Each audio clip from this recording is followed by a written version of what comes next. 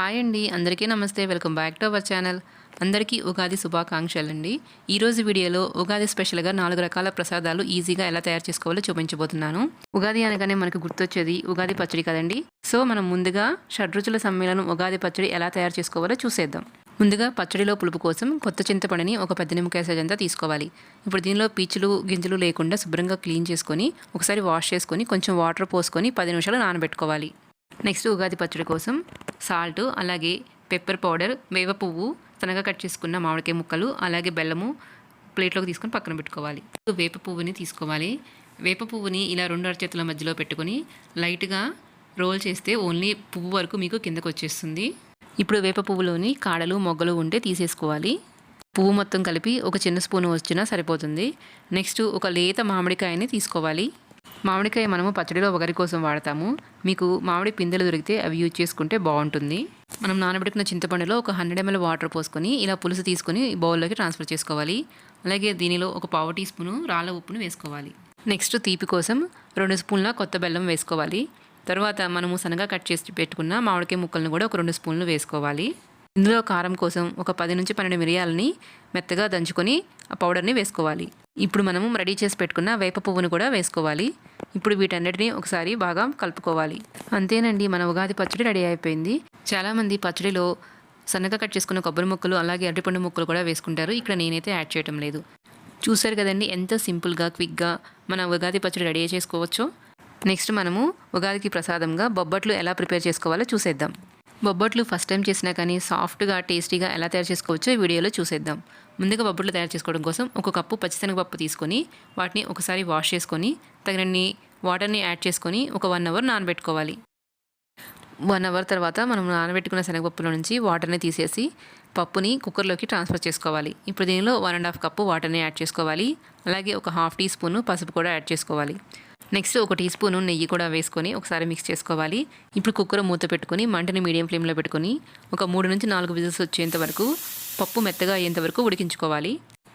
Pressure పోయిన తర్వాత పప్పు మెత్తగా ఉడికిందో లేదో ఒకసారి చెక్ చేసుకోండి. చూడండి, ఇక్కడ నేను చూపించిన విధంగా పప్పుని మెత్తగా ఉడికించుకోవాలి. పప్పులోకి వాటర్ లేకుండా ఇలా జల్లెడ లాంటి దాంట్లో వేసుకుని ఒక 10 నిమిషాలు పక్కన పెట్టుకుంటే ఎక్స్ట్రా వాటర్ అంతా కిందకి దిగిపోతుంది. ఈ పప్పుని ఒక 10 నిమిషాలు ఆరనివ్వండి. ఈలోపు మనము పిండిని కలుపుకుందాము. ఇప్పుడు ఏదైనా ఒక బౌల్ తీసుకొని దానిలోకి ఒక 1/2 కప్పు నేను గోధుమ పిండిని తీసుకుంటున్నాను. జల్లించి తీసుకోవాలి. నెక్స్ట్ దీనిలోనే ఇంకొక 1/2 కప్పు మైదా పిండిని కూడా యాడ్ చేసుకుంటున్నాను. అలాగే ఒక పించ్ ఆఫ్ సాల్ట్ కూడా యాడ్ చేసుకోవాలి. అలాగే ఒక పావు టీ స్పూన్ పసుపు, ఒక టేబుల్ స్పూన్ నెయ్యి యాడ్ చేసుకోవాలి. ఇక్కడ నేను పసుపు మంచి కలర్ రావడం కోసం యాడ్ చేసుకుంటున్నాను. ఇప్పుడు వీటన్నిటిని ఒకసారి బాగా కలుపుకోవాలి. ఇలా ఒకసారి బాగా కలుపుకున్న తర్వాత ఇప్పుడు దీనిలో కొంచెం కొంచెంగా వాటర్ని యాడ్ చేసుకుంటూ సాఫ్ట్ చపాతీ ముద్దలాగా కలుపుకోవాలి. ఇలా కలుపుకున్న పిండి మీద కొంచెం నెయ్యి అప్లై చేసుకొని మూత పెట్టి పక్కన పెట్టుకోవాలి. మీరు ఈ పిండిని పూర్తిగా మైదా పిండితో అయినా కలుపుకోవచ్చు, లేదా గోధుమ పిండితో అయినా కలుపుకోవచ్చు. మైదా పిండితో చేసుకున్న బొబ్బట్లు వేడి మీదగా బాగుంటాయి, ఆరిపోతే కొంచెం సాగినట్లుగా అనిపిస్తాయి. ఇప్పుడు మనం ఉడికించుకున్న శనగపప్పు ఆరిపోయిన తర్వాత ఇలా ఒక మిక్సీ జార్లోకి ట్రాన్స్ఫర్ చేసుకోవాలి. దీన్ని మెత్తని పేస్ట్ లాగా గ్రైండ్ చేసుకొని ఒక బౌల్లోకి ట్రాన్స్ఫర్ చేసుకోవాలి. మీరు ఎక్కువ పప్పు తీసుకున్నట్లయితే కొంచెం కొంచెంగా 2-3 సార్లుగా గ్రైండ్ చేసుకొని బౌల్లోకి ట్రాన్స్ఫర్ చేసుకోండి. ఇప్పుడు స్టవ్ మీద ఒక ప్యాన్ పెట్టుకొని దానిలో 1 టీ స్పూను నెయ్యి వేసుకోవాలి. ఇప్పుడు 1 కప్పు బెల్లాన్ని ఇలా సన్నగా తరుగుకొని వేసుకోవాలి. 1 కప్పు శనగపప్పుకి నేను 1 కప్పు బెల్లం వేసుకుంటున్నాను. మీరు తినే స్వీట్నెస్ని బట్టి బెల్లం క్వాంటిటీ అడ్జస్ట్ చేసుకోండి. ఇప్పుడు బెల్లం పూర్తిగా కరగనివ్వాలి. బెల్లం ఇలా పూర్తిగా కరిగిన తర్వాత మనము గ్రైండ్ చేసి పెట్టుకున్న దాల్ పేస్ట్ని వేసుకోవాలి. పాకం అంతా ఈ పిండిలో కలిసేలాగా బాగా మిక్స్ చేసుకోవాలి. ఇలా బాగా కలుపుకునేటప్పుడు పిండి ప్యాన్కి అతుక్కోకుండా ఉండడానికి దీనిలో ఒక 2 టేబుల్ స్పూన్ల నెయ్యి వేసుకోవాలి. పిండి కన్సిస్టెన్సీ ఎలా ఉండాలంటే మనం ఇలా ఒక స్పూన్ పెట్టినప్పుడు అది కరెక్ట్గా ఇలా స్టిఫ్గా నిలబడాలి. ఇప్పుడు దీనిలో ఒక 1/2 టీ స్పూన్ యాలకుల పొడి కూడా వేసుకొని ఒకసారి మిక్స్ చేసుకొని స్టవ్ ఆఫ్ చేసుకోండి. ఈ పిండిని పూర్తిగా చల్లారనివ్వాలి. పిండి పూర్తిగా చల్లారిన తర్వాత చేతికి కొంచెం నెయ్యి అప్లై చేసుకొని మీకు కావాల్సిన సైజులో ఇలా బాల్స్ లాగా ప్రిపేర్ చేసుకొని ఒక ప్లేట్లోకి తీసుకొని పక్కన పెట్టుకోవాలి. ఇప్పుడు మనం కలిపి పెట్టుకున్న చపాతీ పిండిని మరొకసారి బాగా ఇలా 2-3 నిమిషాలు మిక్స్ చేసుకోవాలి. ఇలా ఎక్కువసేపు నీట్ చేసుకోవడం వల్ల బొబ్బట్లు సాఫ్ట్గా వస్తాయి. ఇప్పుడు చపాతీ పిండిని ఈక్వల్ సైజుగా డివైడ్ చేసుకొని ఉండల్లాగా ప్రిపేర్ చేసుకొని పక్కన పెట్టుకోవాలి. ఈ చపాతీ ఉండలు మీరు స్టఫింగ్ కోసం చేసుకున్న బాల్ సైజు కంటే చిన్నగా ఉండాలి. అప్పుడే మనం తీసుకున్న పూర్ణం పిండి అనేది చపాతీ మొత్తం అంచుల వరకు బాగా స్ప్రెడ్ అవుతుంది. మనం ప్రిపేర్ చేసుకున్న చపాతీ ముద్దను తీసుకొని దాన్ని ఇలా కొంచెం ఫ్లాట్గా చేసుకొని దానిలో మనము పూర్ణం పిండిని పెట్టుకొని ఇలా క్లోజ్ చేసుకోవాలి. లోపల పెట్టిన పూర్ణం పిండి బయటికి రాకుండా ఇలా చక్కగా క్లోజ్ చేసుకోవాలి. బొబ్బట్టు చేసుకోవడం కోసం మీ దగ్గర బటర్ పేపర్ ఉంటే తీసుకోండి. నా దగ్గర అయితే లేదు. నేను ఇక్కడ పాలిథిన్ కవర్ మీద ఇలా కొంచెం నెయ్యి అప్లై చేసుకుంటున్నాను. ఇప్పుడు మనం రెడీ చేసుకున్న స్టఫ్డ్ చపాతీ పిండి ముద్దని ఇలా ఈవెన్గా స్ప్రెడ్ చేసుకోవాలి. దీని మీద కొంచెం నెయ్యి అప్లై చేసుకొని పైన ఇంకొక పాలిథిన్ కవర్ వేసుకొని ఇలా చేత్తో రౌండ్గా తిప్పుకుంటూ ఈవెన్గా స్ప్రెడ్ చేసుకోవాలి. ఇలా మీకు స్ప్రెడ్ చేయడం కష్టం అనిపిస్తే చపాతీ కర్రతో అయినా మీరు ప్రెస్ చేసుకోవచ్చు. ఇలా బొబ్బట్టుని బాగా పల్చగా ఒత్తుకోవాలి. చూడండి ఎంత థిన్గా వచ్చిందో. ఇప్పుడు స్టవ్ మీద ప్యాన్ పెట్టుకొని దానికి కొంచెము నెయ్యి అప్లై చేసుకోవాలి. ప్యాన్ వేడిన తర్వాత మనం ప్రిపేర్ చేసుకున్న బొబ్బట్టుని వేసుకొని కాల్చుకోవాలి. ఒక 5 to 10 సెకండ్స్ కాల్చుకోవాలి. ఇప్పుడు 10 సెకండ్స్ తర్వాత రెండో వైపు కూడా తిప్పుకొని ఒక 5 to 10 సెకండ్స్ కాల్చుకోవాలి. ఇలా రెండు వైపులా కాల్చుకున్న తర్వాత ఇప్పుడు దీని మీద నెయ్యిని అప్లై చేసుకుంటూ బాగా ఈవెన్గా కాల్చుకోవాలి. ఇలా రెండు వైపులా నెయ్యి అప్లై చేసుకుంటూ కాల్చడం వల్ల బొబ్బట్లు బాగా పొంగుతాయి. ఇంకా సాఫ్ట్గా చాలా టేస్టీగా కూడా ఉంటాయి. మీకు కావాలంటే ఇక్కడ నేను చూపించిన దానికంటే కూడా ఎక్కువ నెయ్యిని అప్లై చేసుకొని కాల్చుకుంటే మరింత టేస్టీగా ఉంటాయి. ఇదే ప్రాసెస్లో మిగిలిన బొబ్బట్లను కూడా కాల్చుకోండి. అంతేనండి, ఎంతో సింపుల్గా soft and fluffy bobbatlu ready అయిపోయాయి. చూసారు కదండి ఎంతో ఈజీగా టేస్టీగా బొబ్బట్లు ఎలా తయారు చేసుకోవచ్చో. నెక్స్ట్ ఉగాది స్పెషల్ పెసరపప్పు పాయసం ఎలా తయారు చేసుకోవాలో చూసేద్దాం. ఈ పెసరపప్పుతో పాయసం మీరు కూడా ఒకసారి తప్పకుండా ట్రై చేయండి. చాలా టేస్టీగా ఉంటుంది. పాయసం తయారు చేసుకోవడానికి ముందుగా స్టవ్ మీద ఒక ప్యాన్ పెట్టుకొని దానిలో ఒక పావు కప్పు పెసరపప్పు వేసుకోవాలి. పెసరపప్పుని డ్రై రోస్ట్ చేసుకోవాలి. మంటని లో ఫ్లేమ్లో పెట్టుకొని మధ్య మధ్యలో కలుపుకుంటూ పెసరపప్పు పచ్చివాసన పోయేంత వరకు ఒక 3 నుంచి 4 నిమిషాలు ఫ్రై చేసుకోవాలి. ఇలా పెసరపప్పుని ఫ్రై చేసుకున్న తర్వాత వీటిని ఒక బౌల్లోకి ట్రాన్స్ఫర్ చేసుకోవాలి. ఇప్పుడు దీనిలోనే 2 టేబుల్ స్పూన్ల బియ్యము అలాగే 1 టేబుల్ స్పూన్ సన్నసగ్గు బియ్యము యాడ్ చేసుకోవాలి. వీటిని ఇప్పుడు ఒకసారి శుభ్రంగా వాటర్తో వాష్ చేసుకోవాలి. ఇప్పుడు వీటిలో తగినన్ని వాటర్ పోసుకొని ఒక హాఫ్ అన్ అవర్ నానబెట్టుకోవాలి. ఇప్పుడు స్టవ్ మీద మరొక ప్యాన్ పెట్టుకొని దానిలో 1 టేబుల్ స్పూన్ నెయ్యి యాడ్ చేసుకోవాలి. నెయ్యి వేడిన తర్వాత ఇప్పుడు దీనిలో 10 నుంచి 15 జీడిపప్పు వేసుకొని దోరగా ఫ్రై చేసుకోవాలి. జీడిపప్పు ఇలా దోరగా ఫ్రై అయిన తర్వాత వీటిని మీరు ఒక బౌల్లోకి ట్రాన్స్ఫర్ చేసుకోవాలి. నెక్స్ట్ దీనిలోని ఒక 5-6 బాదంని ఇలా సన్నగా కట్ చేసుకొని దోరగా ఫ్రై చేసుకొని పక్కన పెట్టుకోవాలి.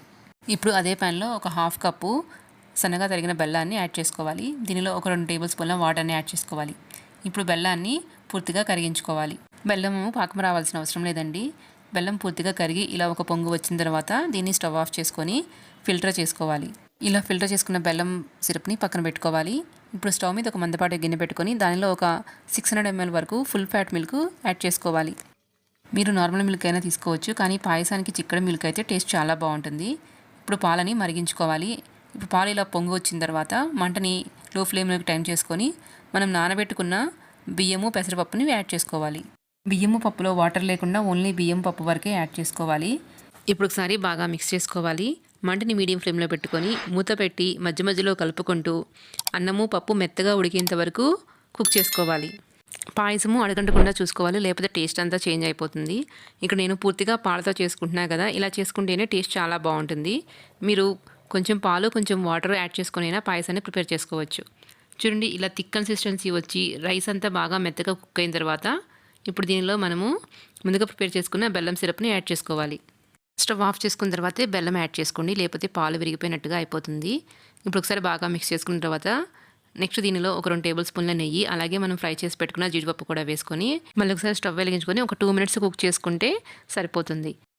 అంతేనండి, ఎంతో టేస్టీగా హెల్తీగా ఉండే పెసరపప్పు పాయసం రెడీ అయిపోయింది.